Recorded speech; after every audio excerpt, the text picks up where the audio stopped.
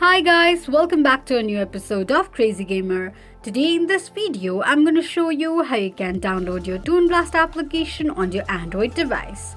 Keep watching the video till the end. To download your Toon Blast application on your Android device, firstly go ahead and launch open your Play Store. On the search box at the top, type in Toon Blast and make a search. You're going to see the search results displayed on the screen. Simply tap on Insta button right next to the application to begin the downloading process. While downloading an application, make sure that you are connected to a strong internet.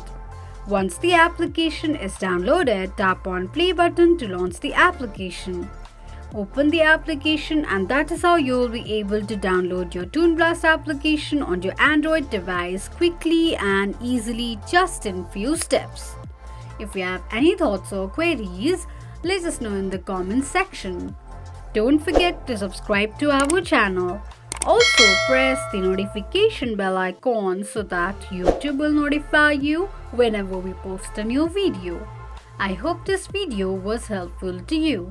Thank you so much for watching.